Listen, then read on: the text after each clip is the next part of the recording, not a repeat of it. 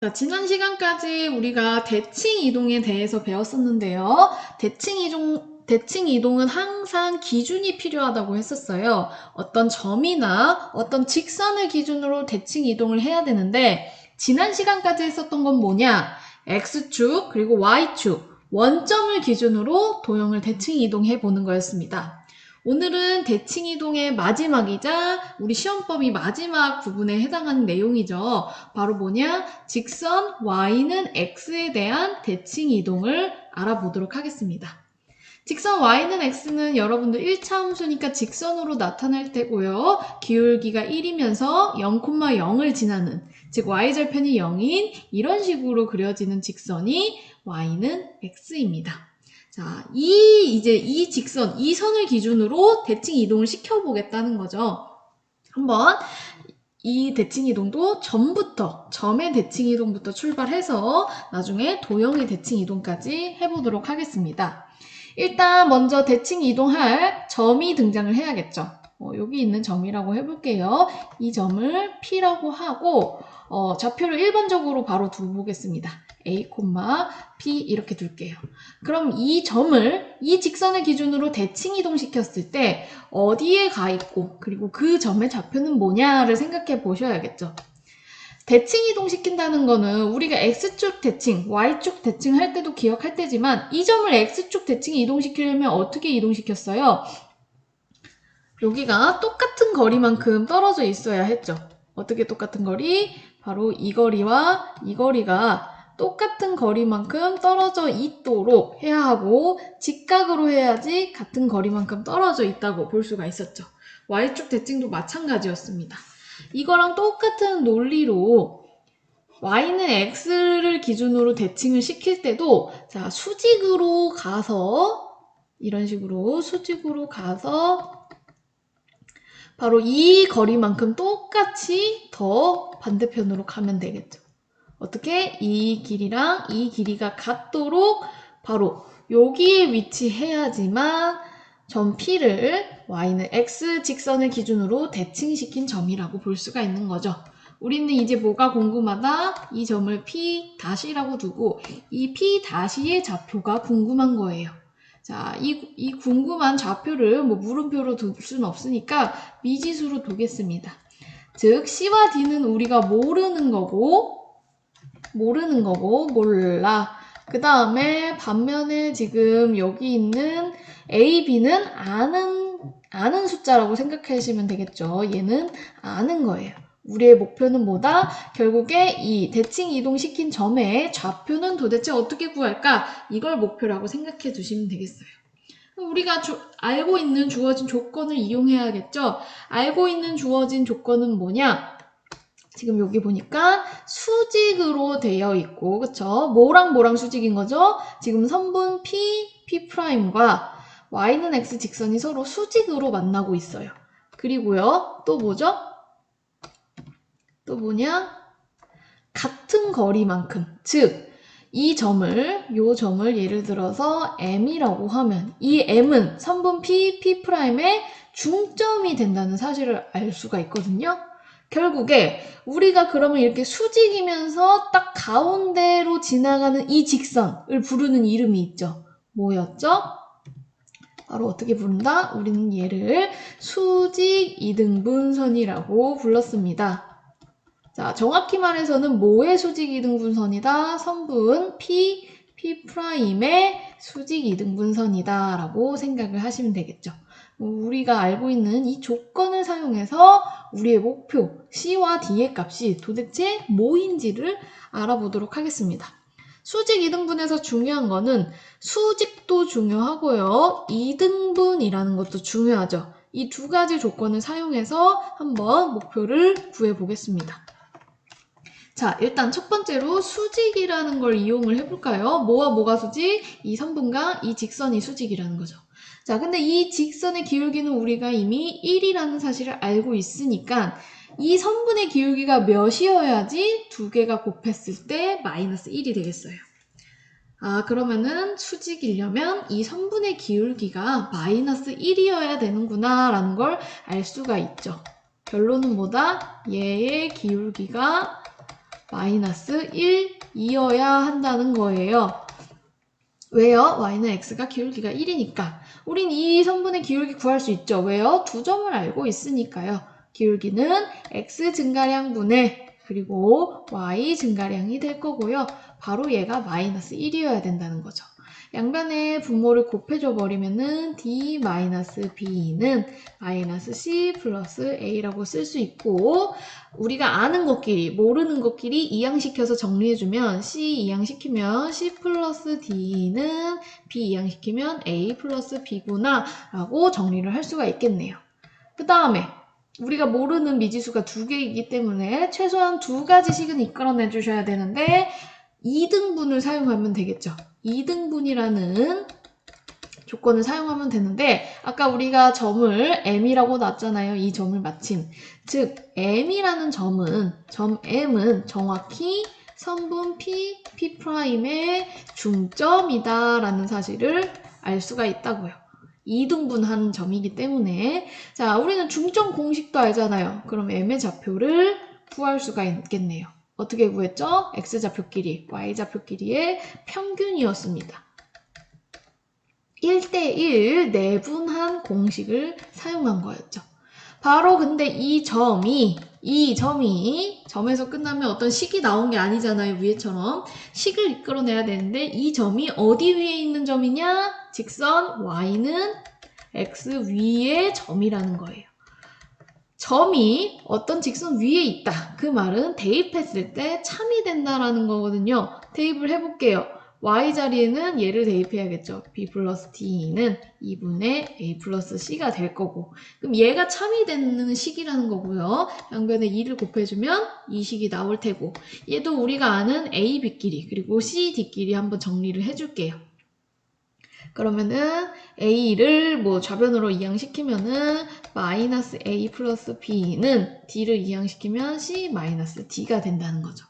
자, 첫 번째 식과 이 두 번째 식을 이용해서 우리가 모르는 이 c, d는 도대체 어떻게 생기는지 알아보겠습니다. 자, 얘네들을 연립하면 되는데 일단 첫 번째 식부터 데려와 볼게요. a 플러스 b부터 써볼게요. a 플러스 b가 c 플러스 d랑 같다는 거고, 두 번째 식은 마이너스 a 플러스 b가 c 마이너스 d랑 같다는 거죠. 자, 위아래 식을 한번 더해줘 볼까요? 더해주면은 지금 a가 이렇게 사라진다는 걸 알 수가 있습니다. 그리고 d도 지금 사라지죠. 그러면 어떤 식이 나오냐? 2b는 2c가 나오네요. 두 개 더하면. 결론적으로 b는 c구나. 우리가 모르는 이 c라는 애는 b랑 우리가 아는 b랑 똑같구나 라는 결론이 나오네요. 자, 똑같은 식 한 번 더 쓰겠습니다. 이번에는 위의 식에서 아래 식을 한번 빼볼게요. 아까는 더 했으니까 빼보겠습니다. 그럼 또 뭐가 지워지냐? b 지워지고 c가 이번엔 지워지네요. 그러면은 a 빼기 마이너스 a니까 2a는 d 빼기 마이너스 d니까 2d가 되고, 양변에 2 나눠주시면 a는 d랑 같다. 즉 우리가 모르는 d는 우리가 아는 a 값과 똑같다는 거죠. 결론적으로 보면은 여기가 어떻게 바뀐다? c 자리에는 b가 들어가면 되고, 그쵸? 여기는 b가 들어가면 되고, 여기 있는 d 자리에는 a가 들어가면 되는구나. 우리가 얻은 이 결론을 사용해서 목표를 채워줘 봤습니다. 그럼 한번 결론만 바라봐 볼까요? a, b를 y는 x를 기준으로 대칭 이동시켰더니 b, a가 됐어요. 지금 어떤 상황을 볼 수 있냐? x와 y 좌표가 바뀐 상황을 볼 수가 있습니다. 결론만 한번 다시 써볼까요? 결론은 뭐다? 결론은 뭐다? 점 a, b를 y는 x 기준으로 대칭 이동시키면 점의 좌표가 어떻게 나타난다? x, y 좌표 자리가 바뀐 b, a로 나타난다는 겁니다. 요게 바로 점을 y는 x 직선 기준으로 대칭 이동시킨 결과라고 생각하시면 되겠습니다. 중요한 건 우리가 수직 이등분 선을 이용해서 구했다는 거까지 기억해 두시면 좋겠죠. 자, 그러면 너무 쉽지만 한번 예제 한번 풀어볼까요? 교과서 149쪽 밑에 문제 3번입니다. 너무 쉽죠? y는 x에 대해서 대칭 이동한 점의 좌표를 구하래요.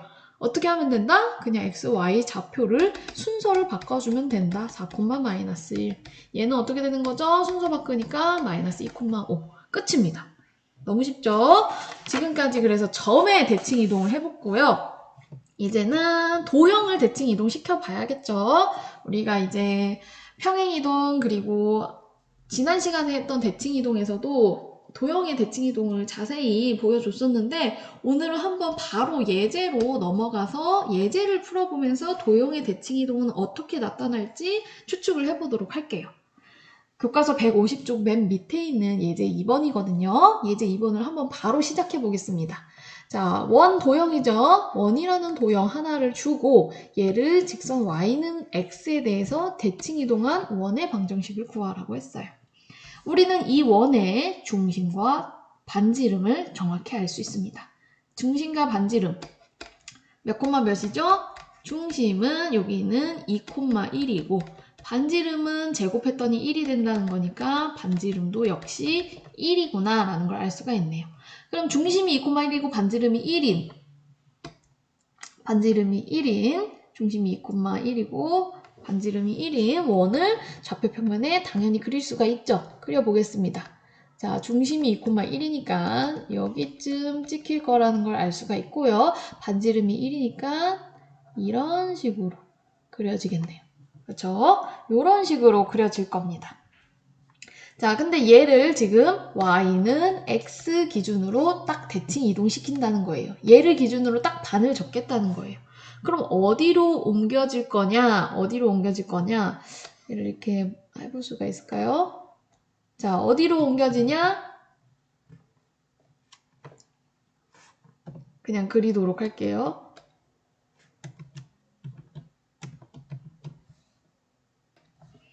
자, 반이 딱 접혀야 되니까 한 이쯤으로 옮겨지겠네요.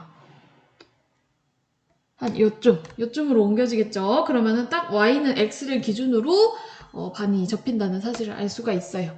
그러면은 우리가 이 딱 반이 접힌 얘는 도대체 원의 방정식이 몇 콤마 몇이냐? 이 원의 방정식이 궁금한 거예요.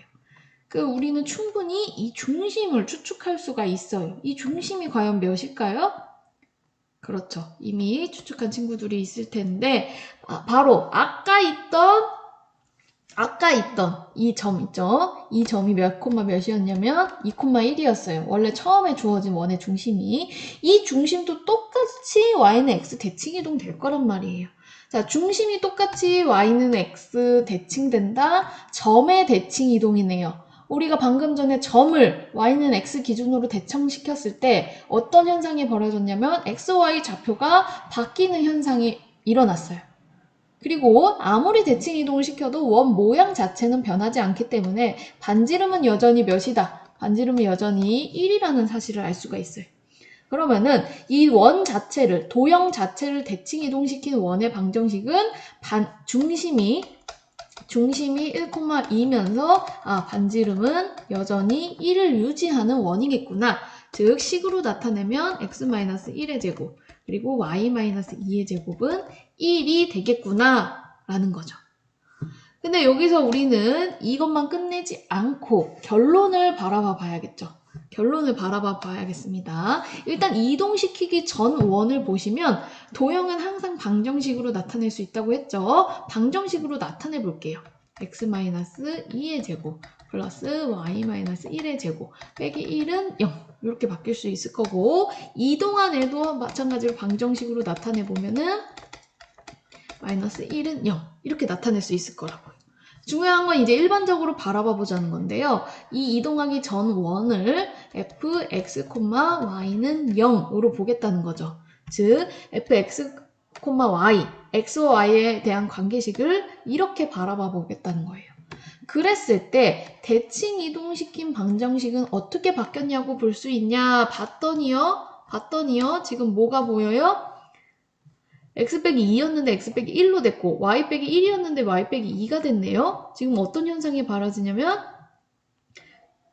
요 y 대신에 x가 들어가면 정확히 x 빼기 1이 되죠.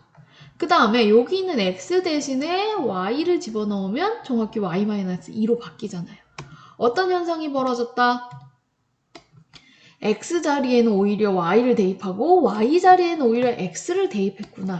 즉 아까 주어진 관계식에 x 자리에 y를 대입하고 y 자리에 x를 대입한 이 도형의 방정식이 원래 도형의 방정식을 직선 y는 x로 대칭했구나 라는 사실을 얻을 수가 있다는 거예요.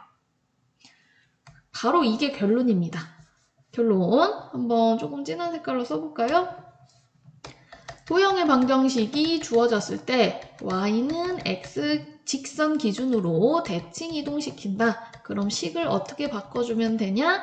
x 자리에 y를 대입, 그 다음 y 자리에 x를 대입하면 된다는 게 결론이 되겠습니다. 한번 교과서로 정리를 해볼까요? 교과서 150쪽 중간쯤 박스에 잘 나와 있죠? 도형의 대칭 이동입니다. 도형의 대칭 이동인데 직선 y는 x에 대해서 도형을 대칭 이동해 볼 거예요. 그러면은 원래 주어진 도형의 방정식을 어떻게 바꿔주면 된다?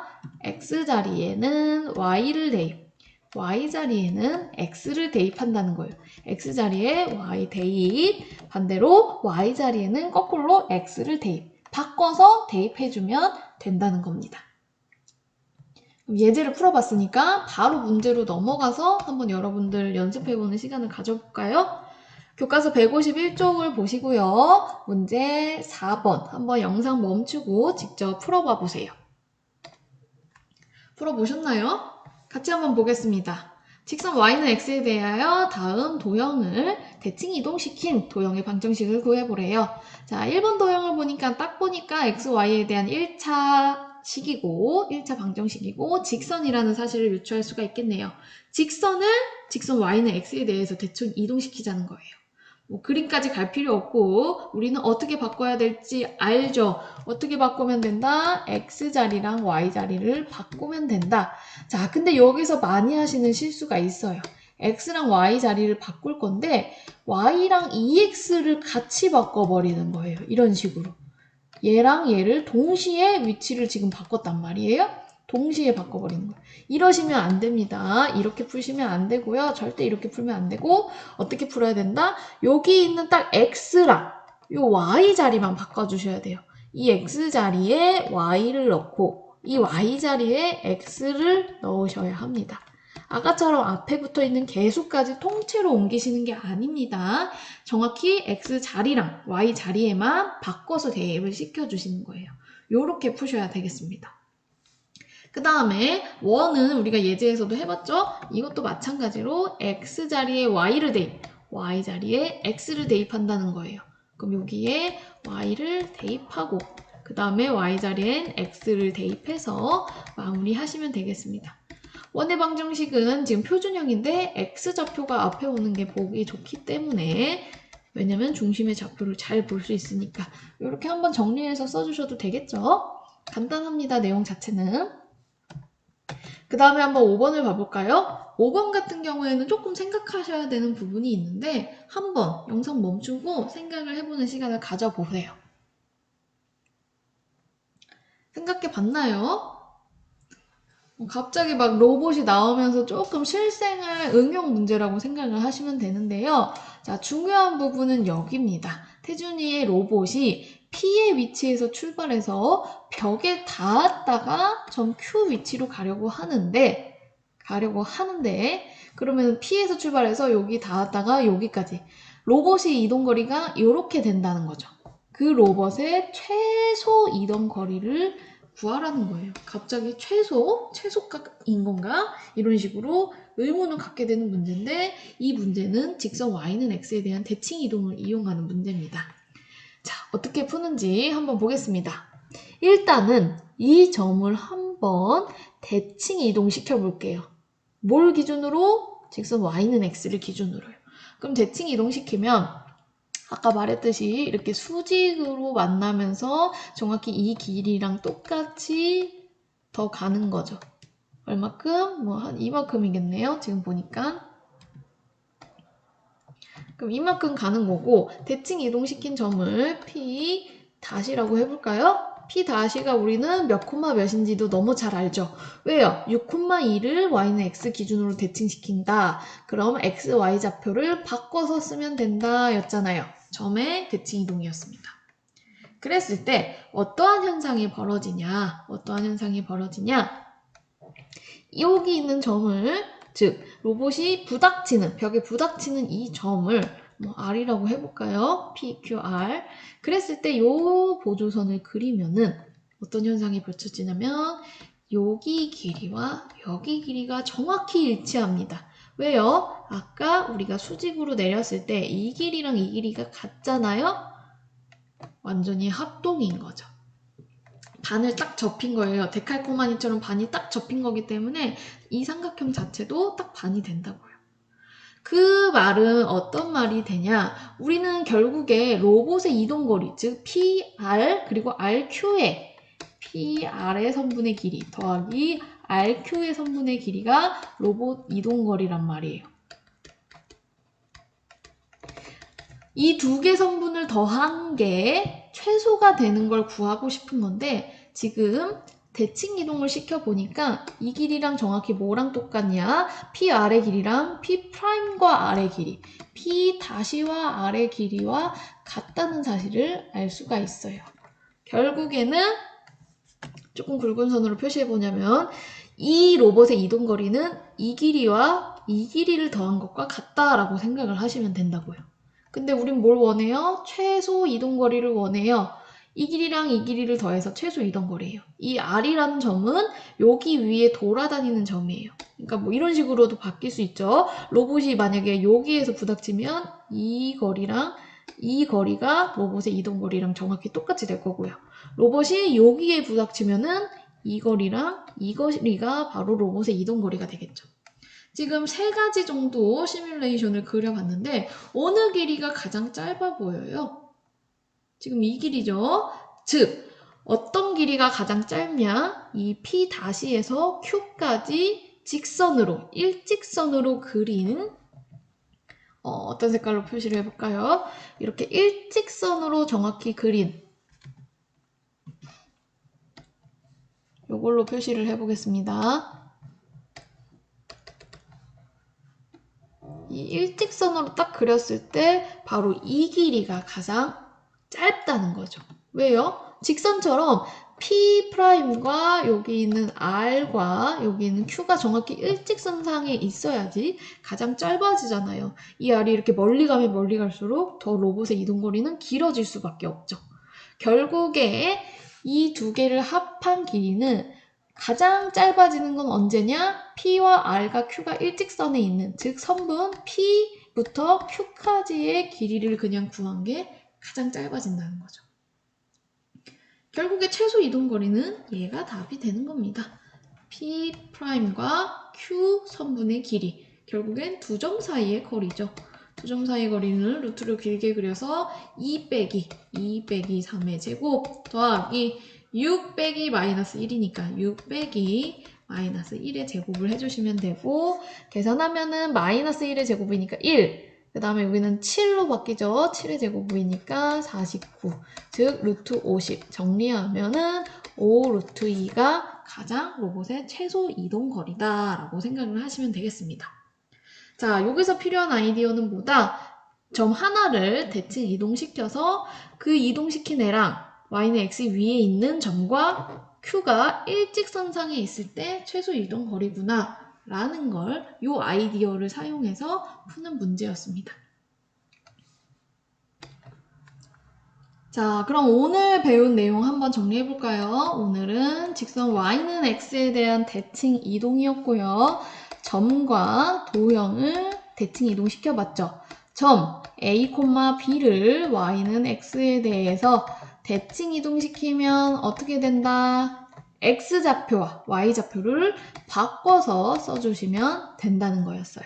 간단했죠? 도형 같은 경우에는 이제 방정식으로 등장해야 되는데 마찬가지로 y는 x에 대해서 대칭 이동을 하면 어떻게 된다?